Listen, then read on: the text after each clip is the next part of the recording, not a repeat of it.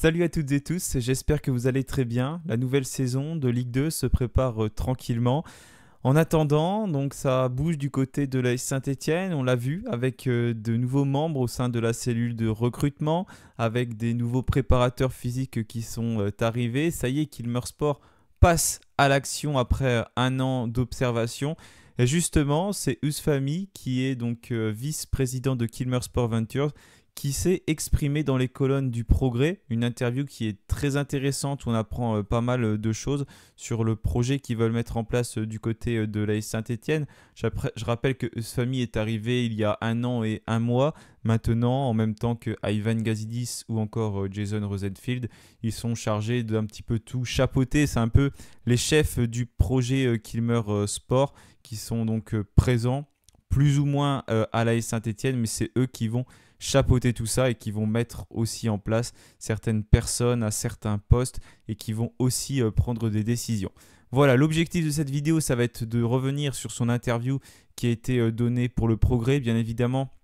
Je vous invite à aller la lire, je mettrai le lien en description pour avoir les propos complets. J'ai pris des extraits et puis je vais essayer de décortiquer tout ça pour pouvoir voilà, parler en tout cas sur ce projet et puis qu'on puisse en débattre ensuite tous ensemble. Donc n'hésitez pas également à commenter. Avant que cette vidéo débute, n'oubliez pas de vous abonner, de la liker et on se retrouve juste après le générique.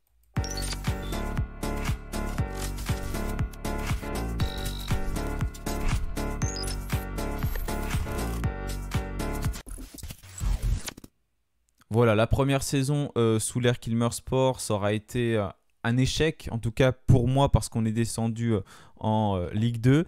Même si le projet peut se construire aussi bien en Ligue 2 qu'en Ligue 1, c'est vrai, mais ce n'est quand même pas la même chose d'évoluer dans ces deux championnats. On était monté en fin de saison dernière, donc il fallait réussir à rester. Ils n'ont pas réussi en tout cas à mettre tout en œuvre pour que ce soit le cas, mais on y reviendra dans quelques instants parce que justement, il revient aussi sur ce mois de janvier. Il a indiqué, donc je vous lis aussi les phrases, les supporters et la ville font preuve de patience avec nous. Nous sommes très optimistes tout en étant conscients du défi à relever. Donc le défi à relever, c'est bien sûr de relever déjà l'AS Saint-Étienne, de repasser de Ligue 2 à Ligue 1 et puis surtout de faire ce qu'ils nous ont dit en arrivant à l'AS Saint-Étienne, nous faire jouer les premiers rôles aussi dans le championnat de Ligue 1 sur le long terme, donc dans pas si longtemps que ça malgré tout, même si c'est dans un petit peu plus longtemps, mais dans 3-4 ans. Cet optimisme est accru par la qualité des techniciens que nous avons recrutés pour le staff, des gens de très haut niveau pour une pré-saison importante afin que les joueurs s'imprègnent des exigences du coach. Justement, il parle des nouvelles arrivées, donc je rappelle qu'il y a des préparateurs physiques qui sont arrivés, certains qui sont partis, notamment Benjamin Guy, et puis des personnes qui ont été un petit peu placées partout, qui sont donc des scouts et qui vont avoir pour rôle d'aller chercher, dénicher des jeunes talents et qui vont avoir donc un rôle majeur du côté de Saint-Étienne. On y reviendra aussi dans quelques instants parce qu'il en parle un petit peu plus loin. Mais en tout cas, voilà, l'objectif déjà pendant ce mercato, c'était de renouveler le staff de l'AS Saint-Étienne et ça y est, de mettre des choses en place, ce qui est pour moi quand même quelque chose de positif. C'est vrai qu'en y réfléchissant bien, forcément, nous on est supporters, on veut que ça agisse vite, on veut que voilà, les décisions soient prises rapidement, mais eux, il faut se mettre à leur place. Ils sont arrivés à Saint-Étienne l'année dernière, malgré tout, ils ne connaissaient pas encore vraiment le club, encore vraiment son fonctionnement. Il faut vraiment être en interne pour comprendre comment ça fonctionne. Même nous qui sommes supporters depuis des années, on ne sait pas comment ça se passe réellement en interne parce qu'on n'est pas présent sur le terrain. Et bah eux, ils y sont allés et ils ont décidé de prendre leur temps pour ensuite mettre les choses correctement en place. Et on va voir en tout cas si ce travail porte ses fruits, mais ils ont décidé de ne pas passer à l'action tout de suite parce qu'ils auraient pu modifier certains postes où ça fonctionne ou alors mettre directement des personnes qui sont peut-être compétentes dans leur poste, mais ça ne fonctionnerait pas du côté de Saint-Étienne parce que l'environnement n'est pas adapté, donc il faut les entourer d'autres personnes. Voilà, je trouve quand même que malgré tout, c'est positif, même si encore une fois, j'étais le premier à critiquer les décisions du fait qu'il fallait que ça bouge rapidement, mais en prenant un peu de recul. C'est eux les experts, c'est eux les patrons et heureusement qu'ils ont un petit peu plus de réflexion que nous sur cet aspect-là. Il fallait peut-être aussi prendre le temps. Pour l'instant, on ne sait pas ce que ça va donner bien sûr puisque la saison n'a pas commencé. Mais cette restructuration est quand même positive du côté de l'AS Saint-Étienne. Voilà pour les premières paroles qu'il a pu indiquer. Il y en a d'autres, bien évidemment, à lire sur le progrès. J'ai pas tout pris. L'interview est assez longue et est intéressante. Et justement, il revient aussi sur la saison dernière. Je parlais que j'étais déçu du fait qu'on était descendu en Ligue 2 parce que pour le coup, voilà, ça c'est quelque chose que j'arrive pas à comprendre. Parce que même s'ils n'ont pas voulu prendre des grosses décisions, ils auraient pu en prendre des petites qui permettent quand même au club de rester en Ligue 1. On sait que la situation financière de certains clubs était très compliquée. Il manquait malgré tout pas trop de points pour se maintenir. Ça s'est joué à la dernière journée. Donc à 3-4 points près, on aurait pu rester en Ligue 1.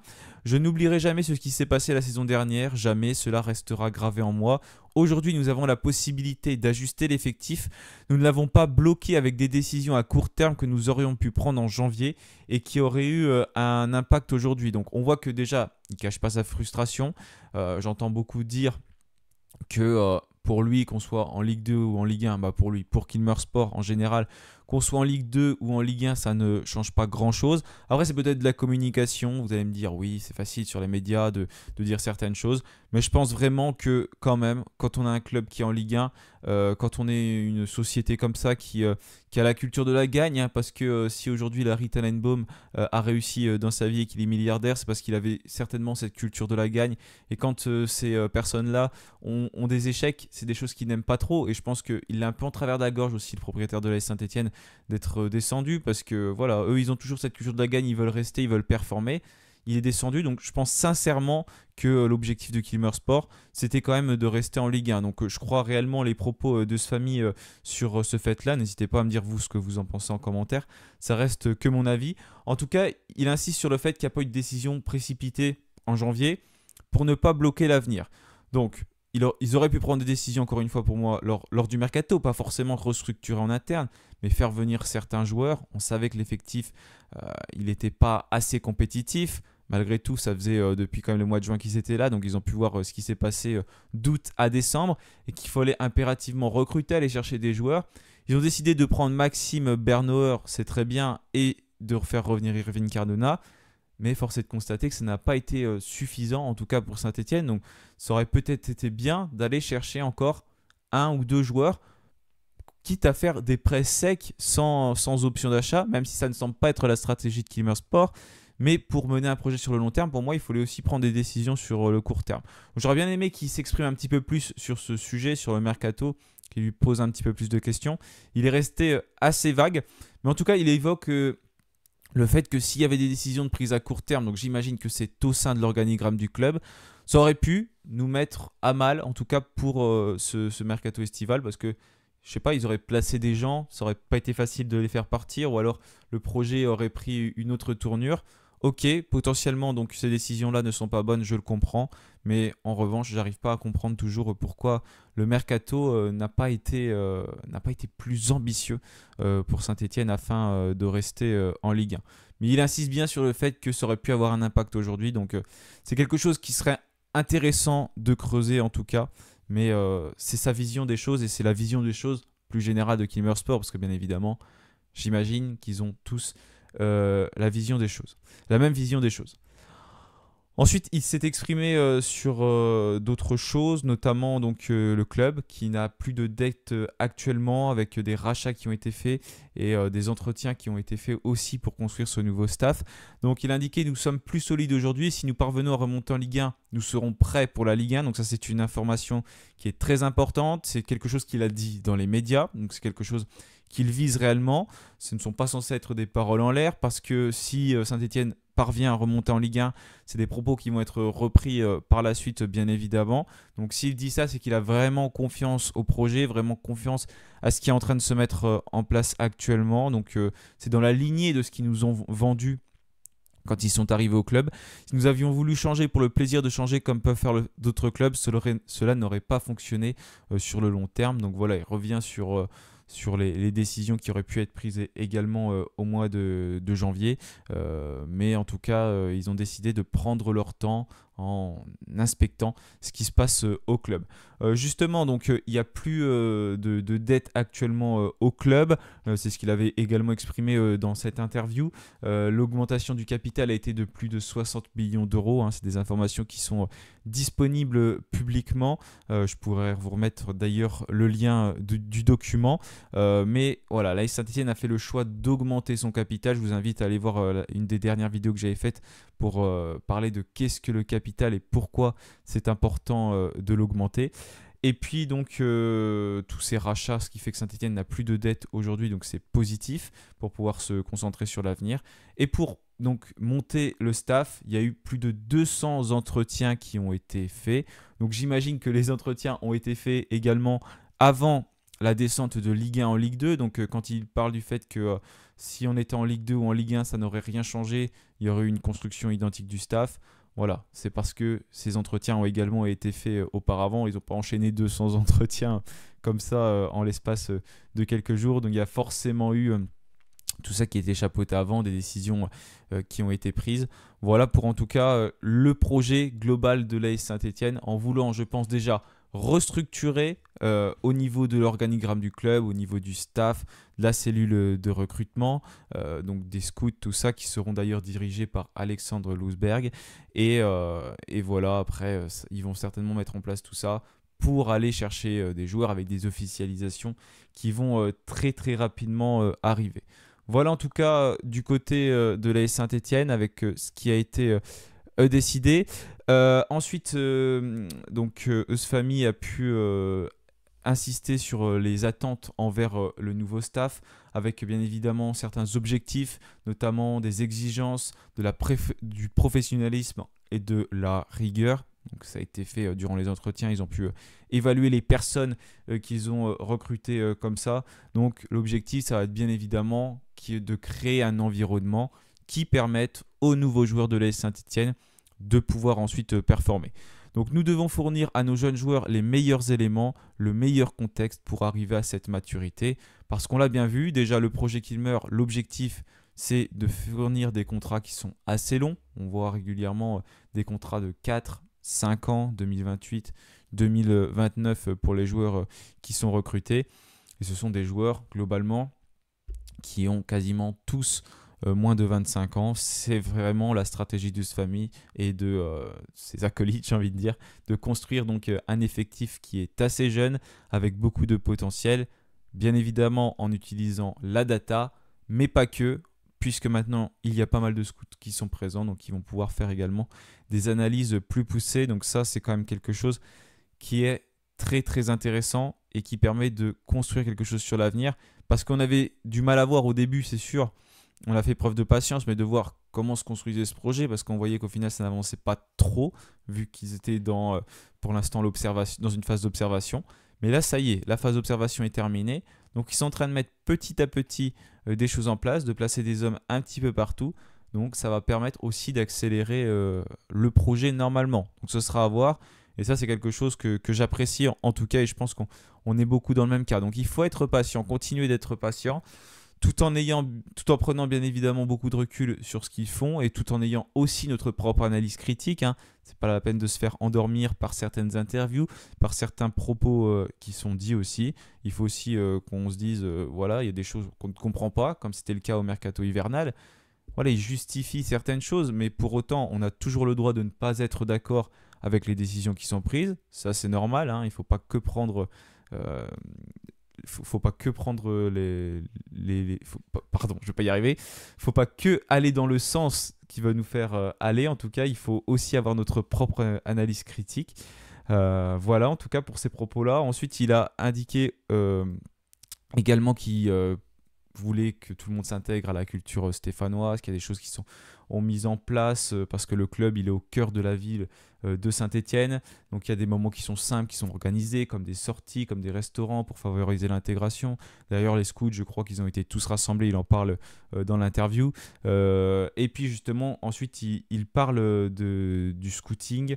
Ce scouting nécessite de la coordination, il faut changer de région pour avoir des éléments de comparaison quand on observe un joueur. On veut un maximum d'infos, que nos scouts se nourrissent et que nos scouts se se nourrissent de ces informations-là. Voilà, il insiste bien donc sur le rôle du scouting, et donc Alexandre Lousberg qui va pouvoir coordonner tout ça. Donc je pense que tout le monde a une expérience qui est assez différente. Il y en a qui sont plus spécialistes de l'Allemagne, d'autres plus des championnats anglais. On a des scouts plus au Portugal, en Espagne. L'objectif, ça va être d'observer un petit peu partout en Europe pour aller chercher différents joueurs. Et je pense que les prochaines arrivées qu'on va avoir du côté de la Saint-Etienne, ça va potentiellement être des joueurs de ces championnats-là, avec bien évidemment l'objectif ensuite de pouvoir les faire progresser. Donc on est un peu en train de mettre des cartouches un petit peu partout. Donc je trouve que c'est plutôt sympathique et intéressant pour nous, pour Saint-Etienne. Donc à voir bien évidemment encore une fois ce qui se passe par la suite. L'objectif, ce n'est pas que de se concentrer sur un seul bassin, mais d'aller chercher un petit peu partout ces jeunes talents qui, pour moi, et ça reste encore mon avis, doivent être aussi entourés de joueurs cadres. C'est des choses à ne pas oublier. Il faut des joueurs qui n'ont pas d'expérience, mais des joueurs qui ont de l'expérience également aussi. Ça, c'est sûr. Des cadres, on commence à en avoir quand même, parce qu'on a prolongé Maxime Bernauer, Irving Cardona. Donc ça, c'est bien aussi d'avoir pu continuer avec ces joueurs-là. Mais peut-être qu'il va falloir encore aller en chercher un ou deux autres. Après, c'est vrai qu'on en a quand même. Quand on regarde dans les buts, Gauthier Larsonneur qui va être titulaire. On va avoir donc Maxime Bernauer qui va épauler Chico Lomba. Les postes de latéraux, bon, on est censé avoir Denis Sapia qui est un joueur cadre ou encore maçon, mais c'est peut-être des joueurs qui ne vont plus être désirés par Kilmer Sport. Au milieu de terrain, on a encore Florent Tardieu qui a quand même une certaine expérience. Mine de rien, Bouchoirie aussi, même s'il peut être amené à partir, il n'a pas encore disputé de rencontres de préparation. Et puis, au niveau de l'attaque, on a Irving Cardona donc, qui a cette expérience-là. Et voilà, c'est à peu près tout. J'ai peut-être oublié des joueurs. On a Mouefek aussi au milieu de terrain. Mais peut-être qu'il va falloir faire venir encore un ou deux joueurs qui ont cette connaissance du championnat de Ligue 2. Parce que ça, c'est bien évidemment quelque chose qui n'est pas à négliger. Dans le mercato qu'on a fait, on a donc Cardona et Bernauer qui sont d'expérience. Mais pour l'instant, les jeunes qui sont en train d'arriver, ils n'ont pas encore une connaissance de la Ligue 2, tout comme les joueurs du centre de formation de Saint-Etienne. Donc peut-être réussir à encore les encadrer d'un ou deux joueurs. Mais on va voir quel va être le projet Kilmer, en tout cas, sur cet aspect-là. Il annonce également les objectifs, on va conclure là-dessus. L'objectif, c'est bien évidemment de remonter en Ligue 1 directement. Ce n'est pas de traîner dans ce championnat. Chaque match sera une finale de coupe. Nous respectons la Ligue 2. Mais bien sûr que l'objectif est de remonter. Voilà, la Ligue 2, il faut la respecter, bien sûr. On voit que c'est un championnat qui est très difficile. Aujourd'hui, on n'a pas le droit à l'erreur. On est clairement le club favori pour la remontée en Ligue 1. Il ne faut pas se cacher à chaque fois, il faut annoncer des ambitions. On est le club favori, donc l'objectif sera de terminer de champion et de remonter en Ligue 1. Voilà, quand on regarde les budgets des clubs, quand on regarde le mercato que Saint-Etienne est en train de faire par rapport aux autres clubs qui galèrent et qui perdent plutôt des joueurs qu'ils en gagnent, et ben Saint-Etienne n'a pas le choix que de remonter en Ligue 1 et puis de performer dans son championnat de Ligue 2. On sait qu'on est Saint-Etienne, qu'on sera entendu partout, c'est sûr, dans tous les stades. À chaque fois, l'objectif sera de faire tomber Saint-Etienne. Mais ça, maintenant, on est censé y être habitué. Il ne faut pas prendre nos adversaires de haut, bien évidemment, mais il faut savoir jouer, il faut savoir performer, parce que si on veut remonter en Ligue 1 tout de suite, il ne va pas falloir se faire endormir par les clubs qui vont vouloir à chaque fois, bien évidemment, nous battre, comme ils vont vouloir gagner chaque match de Ligue 2, bien sûr, mais on sait que c'est quand même particulier de battre un club comme Saint-Etienne, comme c'était le cas de Bordeaux. Voilà, ce sont des clubs qui sont quand même mythiques et qui sont à part pour les joueurs. Donc chaque match sera une bataille, il faudra être ambitieux. C'est pour ça que pour moi, c'est important de s'encadrer, de s'entourer de joueurs cadres, comme je l'ai précisé tout à l'heure, tout en intégrant des jeunes, des gens du centre de formation. D'ailleurs, il en a parlé du centre de formation en fin d'interview. Il a dit que il y aura également une phase un petit peu plus d'observation où ils vont un petit peu analyser ce qui se passe au centre de formation de Saint-Etienne pour pouvoir encore également l'améliorer sans vraiment évoquer sous quelle forme ça se fera. Mais on voit que voilà, ils prennent un petit peu chaque aspect du club et ils essayent de le faire évoluer. Donc c'est quand même quelque chose qui est important. Et quand on prend du recul sur le projet, on voit que de toute façon, ce ne sont pas les projets qu'on essaye de construire très rapidement qui vont fonctionner sur le long terme. Ce sont les projets qui se construisent petit à petit et ça permet de faire évoluer le club de façon positive. Mais ça, on pourra le juger certainement dans quelques années, quand ça y est, Kilmer Sport sera vraiment installé, quand ils auront mis les hommes qu'ils veulent mettre en place au sein du club, quand ils auront acheté les joueurs qu'ils veulent acheter. Le projet donc se construit petit à petit. Maintenant, on va voir ce qui va déjà se passer sur cette saison de Ligue 2, en espérant que le mercato continue d'avancer. Il y a d'autres hommes qui vont être placés d'ailleurs à des postes. C'est Évêque qui avait sorti cette information-là. Donc à nous d'attendre maintenant, d'observer, d'être patient, et j'espère qu'on va quand même voir du beau jeu en Ligue 2. Passer une belle saison malgré tout, même si on aimerait tous plus évoluer en Ligue 1, mais ça risque d'être une saison intéressante avec un nouveau projet donc, qui est en train de se construire. Merci à tous d'avoir suivi cette vidéo. Encore une fois, n'oubliez pas de vous abonner, de liker et également de commenter la vidéo pour me donner votre avis. Merci à tous et bien sûr, allez les Verts!